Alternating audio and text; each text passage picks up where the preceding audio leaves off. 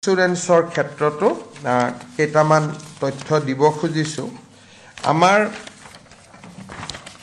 শিৱসাগৰ আৰু চৰাইদেউ, যোৰহাট, গোলাঘাট জিলাত আমাৰ 20টা ইন্স্যুৰেন্স কোম্পানীয়ে কাম কৰে।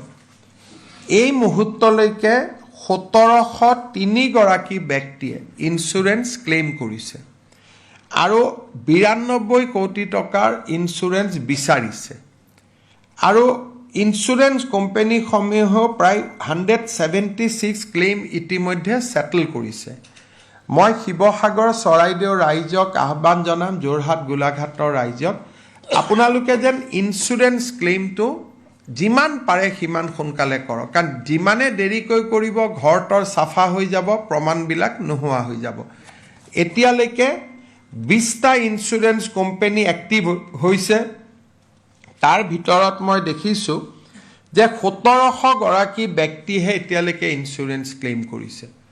এই সংখ্যাটো বাঢ়িব লাগে। ইন্স্যুৰেন্স কোম্পানীবিলাকেও আমাৰ লগত যোগাযোগত আছে যে আমাক যিমান ক্লেইম কৰে সিমান ভাল, আমি ক্লেইম সেটেল কৰাৰ কাৰণে আগ্ৰহী। সেই ক্ষেত্ৰত মই শিৱসাগৰ আৰু চৰাইদেউ ৰাইজক আহ্বান জনাম যেন আপোনালোকে ডেমেজ ক্লেইম আৰম্ভ কৰক, ইন্স্যুৰেন্স ক্লেইম আৰম্ভ কৰক। মই আকৌ এবাৰ কৈছোঁ যে এতিয়ালৈকে 1703 গৰাকী ব্যক্তিয়েহে এই আবেদন আগবঢ়াইছে। বেংকৰ ক্ষেত্ৰত এতিয়ালৈকে আমাৰ 2,27,993 জন বৰুৱাৰ আছে যোনে লোন লৈছে। এতিয়ালৈকে মাত্ৰ 319খন এপ্লিকেশ্যনহে আহিছে মৰেটৰিয়ামৰ কাৰণে, আৰু গোটেইকেইখন এপ্লিকেশ্যন ইতিমধ্যে বেংকে একচেপ্ট কৰি লৈছে। গতিকে মই যাৰ লোন আছে, মৰেটৰিয়াম লাগে, তেওঁলোকে যাতে বেংকটোত এপ্লিকেশ্যনখন দিয়ে। 30 আগষ্টলৈকে সময় আছে। গতিকে 30 আগষ্টৰ ভিতৰত মই শিৱসাগৰ আৰু চৰাইদেউ ৰাইজক বেংকৰ লোন মৰেটৰিয়ামৰ কাৰণে এপ্লিকেশ্যন দিবৰ কাৰণে আৰু আমাৰ ইন্স্যুৰেন্স ক্লেইম কৰিবৰ কাৰণে আহ্বান জনাম। আপোনালোকে এইটো ভাবিব পাৰে যে আবেদন কিয় দিব লাগে, সকলোকে দি দিয়ক।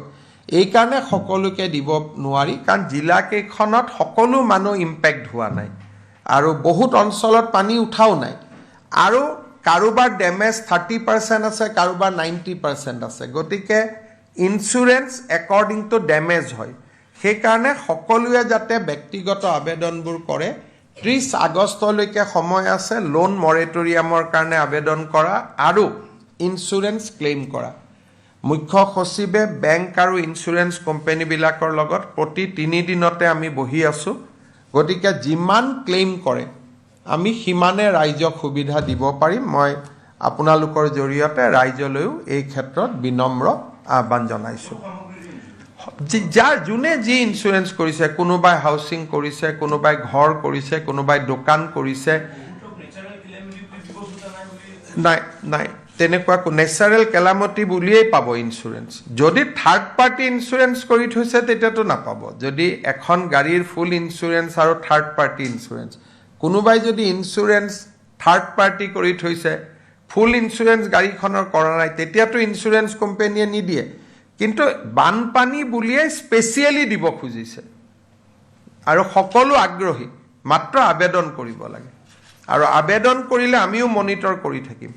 মাত্ৰ 1700 জন ব্যক্তি আবেদন কৰিছে। আবেদন কৰাততো কোনো বাধা নাই। যিমান আবেদন কৰিব মনিটৰ কৰিব, আমাৰ সুবিধা হ'ব। আমাৰ 2,27,993টা বৰোয়িং একাউণ্ট আছে গোটেইকেইখন ডিষ্ট্ৰিক্টত। চৰাইদেউত আছে 41,000 একাউণ্ট, শিৱসাগৰত 1,05,000, যোৰহাটত 34,000, গোলাঘাটত 46,000। এতিয়ালৈকে এপ্লিকেশ্যন কৰিছে অনলি 319, আৰু গোটেইকেইটা বেংকে মানি লৈছে ইতিমধ্যে। গতিকে যিমানে আবেদন কৰে আমি সিমানে ভাল পাওঁ। এইটো হ'ল মৰেটৰিয়ামৰ কাৰণে।